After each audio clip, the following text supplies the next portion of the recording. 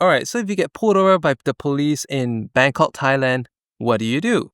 Stay tuned to find out. So in the last week of school holidays, I got pulled over at a big operation. It was across 4 lanes, not 3 lanes, but 4 lanes. So there was no escape. And I got pulled over. And in this operation, they were specifically looking out for, are your road tags current? Does your car have number plates on the front and back? So obviously, if you don't have your road tax disc on display, chances are they want to ask you why.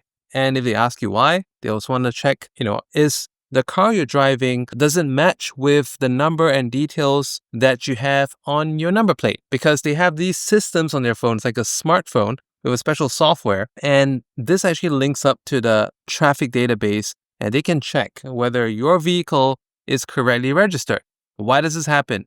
Well, some people don't pay tax. They pay tax for one vehicle, and sometimes their car is an illegal import. It could be a smuggled vehicle. Sometimes people buy something that's known as pawn cars. Pawn cars, like, when someone gets into a massive gambling debt, they'll be like, take my car.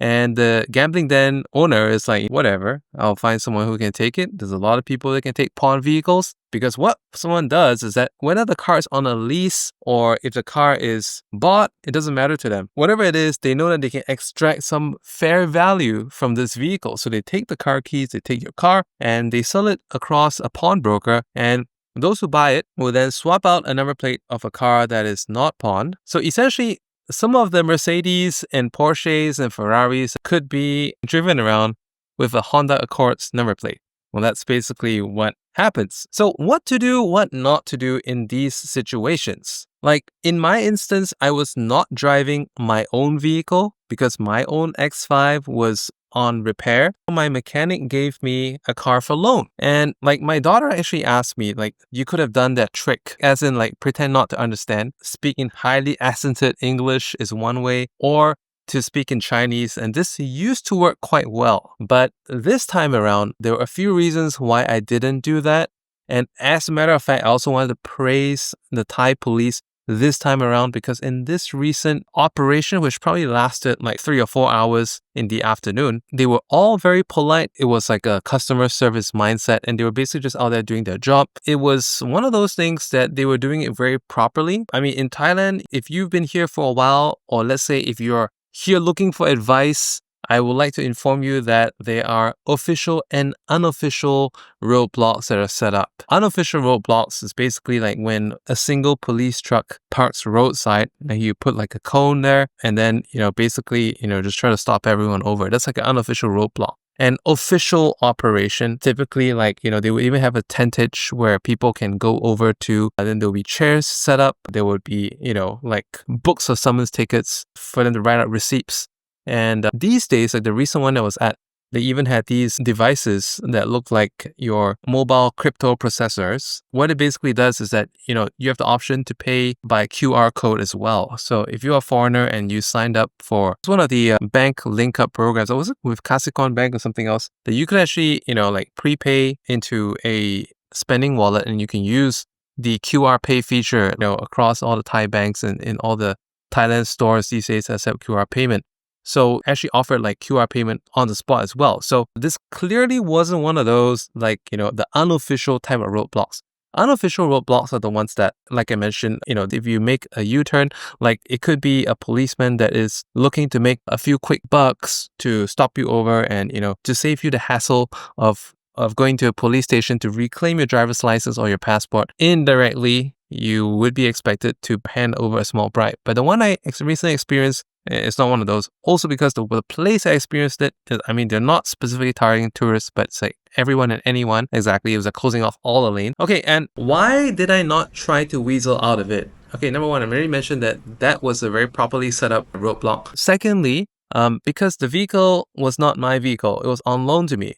So if I was trying to pay my way out of it, it's kind of like indicating that I'm claiming responsibility for the vehicle that I was driving. So if it is not your vehicle, you should never claim responsibility by trying to bribe your way out of it. Like a lot of Thai friends may tell you that, hey, in Thailand, you can just try to bribe your way out and you just hand them, a couple of red notes and basically done. But Not in this case, because if it's someone else's vehicle, depending on who lent it to you, there may be issues associated with it. Who knows whether the registration plate matches up with the car? We don't know, right? The car that was driving was kind of funny.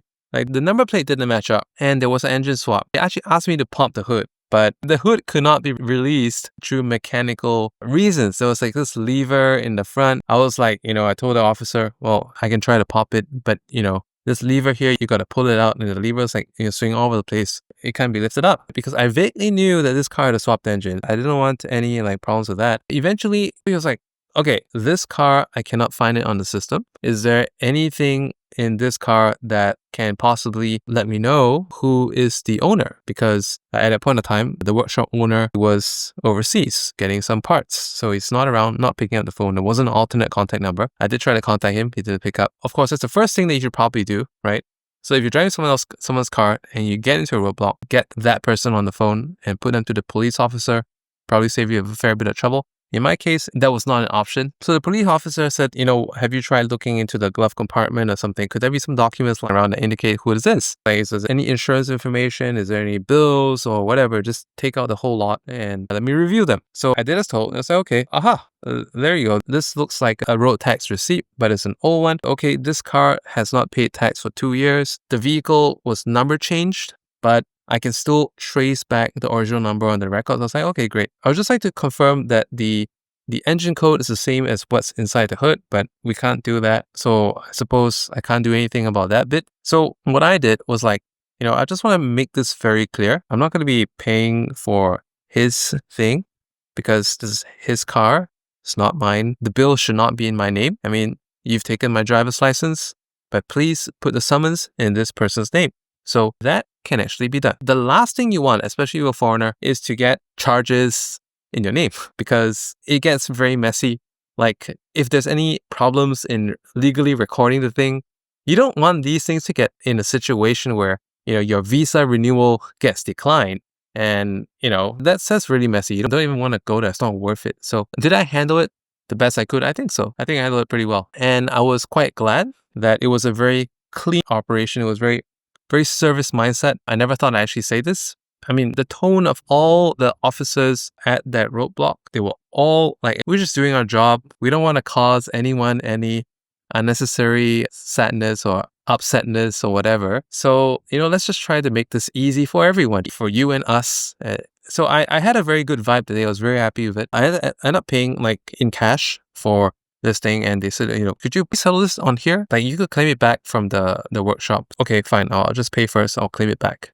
But it has to be in his name, not mine, right? And what was interesting, although they itemized it digitally on the system, they were like, the fine for this is 1,000. The fine for this is like 400. The fine for this other thing was like 500. But after deductions, you have to pay 1,400 baht. I was like, that's a discount. That's interesting. But having said that, of course, if you're stopped in a roadblock, like for alcohol, driving under intoxication, or you have like drug paraphernalia in your vehicle, whatever I mentioned is going to be totally useless. And yeah, I mean, whatever I just mentioned will not work for you at all. It's not going to save you from trouble. It's not going to save you from persecution. In those cases, if you could, you probably want to swap seats with someone before getting pulled over. But I mean, in broad daylight, like that operation that I went to, there were no breathalyzers taken out at all. So if you see a large daytime operation, if it's not something to check that your license plate is what it should be, the road tax is paid, your car is not an illegal color, or let's say you changed the vehicle but didn't inform, which is also an offense, is probably they're looking out for some car in particular, like someone's running away, a criminal's running away, and they're just tracking down particular person, a particular vehicle, and that's why they close the road off. If it's going to be that kind where they're looking for someone, they're not going to bother like, oh, your tax this is not there. Oh, your car's not the right color. Your number plate doesn't match the make and model of vehicle you're driving. By the way, my channel is mostly about manifestation, so do subscribe if you like my way of discussing stuff. YouTube has done some things with the algorithm recently, and I've not been getting the viewership as I previously have. So I thought, let's try some things new on the channel. And if you also are interested in some Thailand insights and there's certain other topics that you would like to hear from me, comment down below what they would be. And leave a like and a subscribe if I was able to enlighten you in a few ways over the past few minutes. Bye.